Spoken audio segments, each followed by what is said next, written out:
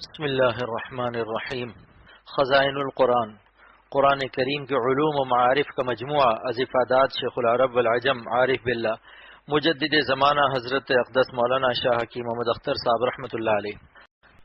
صدیق کی پہلی تعریف الذی لا یخالف قالہ حالہ، الذی لا یخالف قالہ حالہ۔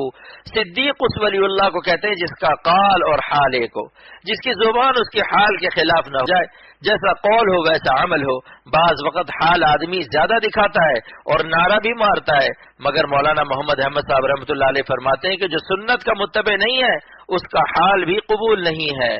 صدیق کی دوسری تعریف الذی لا یتغیر باطنہ من ظاہری، الذی لا یتغیر باطنہ من ظاہری، جس کے باطن میں تغیر نہ ہو اگرچہ ظاہر کچھ بھی ہو، نسبت اتنی قوی ہو جائے کہ مسجد کے گوشے میں جتنا باخدا ہو اتنا ہی کلفٹن اور بندر روڈ پر بھی باخدا ہو، جتنا قرب اس کو کعبہ شریف میں حاصل ہے اتنا ہی قرب اللہ تعالیٰ کے فضل و کرم سے سارے عالم میں ہو، کیونکہ کعبہ والا اس کے ساتھ ہے، کعبہ والا اس کے دل میں ہے۔ صدیق کی تیسری تعریف الذی یبذل الکونین فی رضا محبوبہ، الذی یبذل الکونین فی رضا محبوبہ۔ صدیق وہ اعلیٰ درجے کا ولی اللہ ہے جو دونوں جہاں اللہ پر فدا کرتا ہے اور دونوں جہاں فدا کر کے بھی اللہ تعالیٰ کا شکر ادا کرنے میں خود کو قاصر سمجھتا ہے۔ شاہ عبد الغنی رحمۃ اللہ علیہ نے فرمایا کہ ایک مجذوب نے اللہ تعالیٰ سے پوچھا کہ خدا میں آپ کی کیا قیمت ادا کروں کہ آپ مجھ کو مل جائیں، تو آسمان سے آواز آئی کہ دونوں جہاں مجھ پر فدا کر دے۔ اس مجذوب نے کہا قیمت خود ہر دو عالم گفتئی، قیمت خود ہر دو عالم گفتئی، نرخ بالا کن کے ارزانی ہنوز، نرخ بالا کن کے ارزانی ہنوز۔ اے خدا آپ نے اپنی قیمت دونوں جہاں فرمائی ہے، آپ دام اور بڑھائیے کہ ابھی تو آپ سستے معلوم ہوتے ہیں، اگر دونوں جہاں دے کر بھی اے خدا آپ مل جائیں تو بھی آپ کی قیمت کا حق ادا نہیں ہوا، دونوں جہاں دے کر بھی آپ سستے ہیں۔ علامہ آلوسی رحمۃ اللہ علیہ فرماتے ہیں کہ صدیق وہ ہے جو دونوں جہاں محبوب حقیقی پر فدا کر دے۔ ایک صاحب نے پوچھا کہ دنیا تو ہم دیں گے مگر آخرت کیسے دیں؟ میں نے کہا کہ اس کا جواب سرور عالم صلی اللہ علیہ وسلم نے فرمایا ہے کہ تم اللہ کی رضا کو مقدم رکھو، جنت کو درجہ ثانوی میں رکھو، تو گویا تم نے آخرت بھی دے دی۔ حدیث پاک میں ہے اللہم انی اسألک رضاک والجنہ، اے اللہ تو مجھ سے راضی ہو جا اور میں تجھ سے جنت بھی مانگتا ہوں۔ سرور عالم صلی اللہ علیہ وسلم نے اپنی درخواست میں درجہ اولیت میں اللہ کی رضا رکھ کر اور درجہ ثانویت میں جنت کو رکھ کر اپنے عشق نبوت کا مقام امت کو بتا دیا کہ دیکھو نبی کیسا عاشق ہوتا ہے۔ صدیق کی یہ تین تعریفیں ہو گئی۔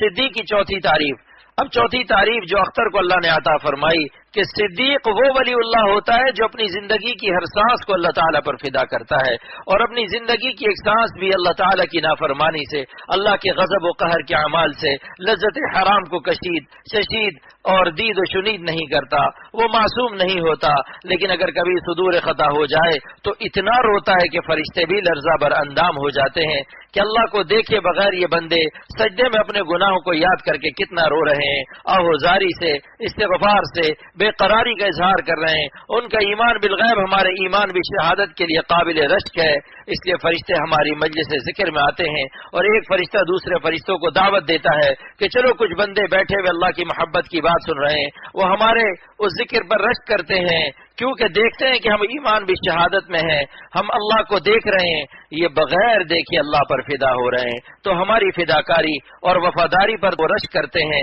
کہ اللہ کو دیکھا بھی نہیں مگر اپنے دل کی خوشیوں کا خون کر رہے ہیں، اور جنگ احد میں 70 شہید اپنی گردن کٹا کر اپنے خون شہادت سے اللہ کی عظمتوں کی تاریخ لکھ رہے ہیں۔ تو آپ نے یہ چوتھی تعریف سن لی کہ صدیق وہ ہے جس کا دل اللہ تعالیٰ کے ساتھ اتنا چپک جائے اور محبت کی جڑ دل کی گہرائیوں میں اس قدر اتر جائے کہ اگر اس گہری جڑ والے درخت کو بڑے سے بڑے پہلوان بھی ہلائیں تو اس سے چر چر کی آواز بھی نہ آئے، یعنی سارے عالم کے حسین، سارے عالم کی لیلائیں اس کو اکھاڑنا چاہیں تو اکھاڑنے والوں کے پسینے چھوٹ جائیں مگر اس کی جڑیں ایک اعشاریہ بھی ادھر ادھر نہ ہو۔ اللہ تعالیٰ اپنے کرم سے ایمان و یقین کو ہمارے دل کی اتنی گہرائیوں میں داخل کر دے اور اس قدر مضبوط ایمان عطا فرما دے کہ سارا عالم ہماری حیات کو اللہ کی نافرمانی میں ایک لمحے کو بھی مشغول نہ کر سکے۔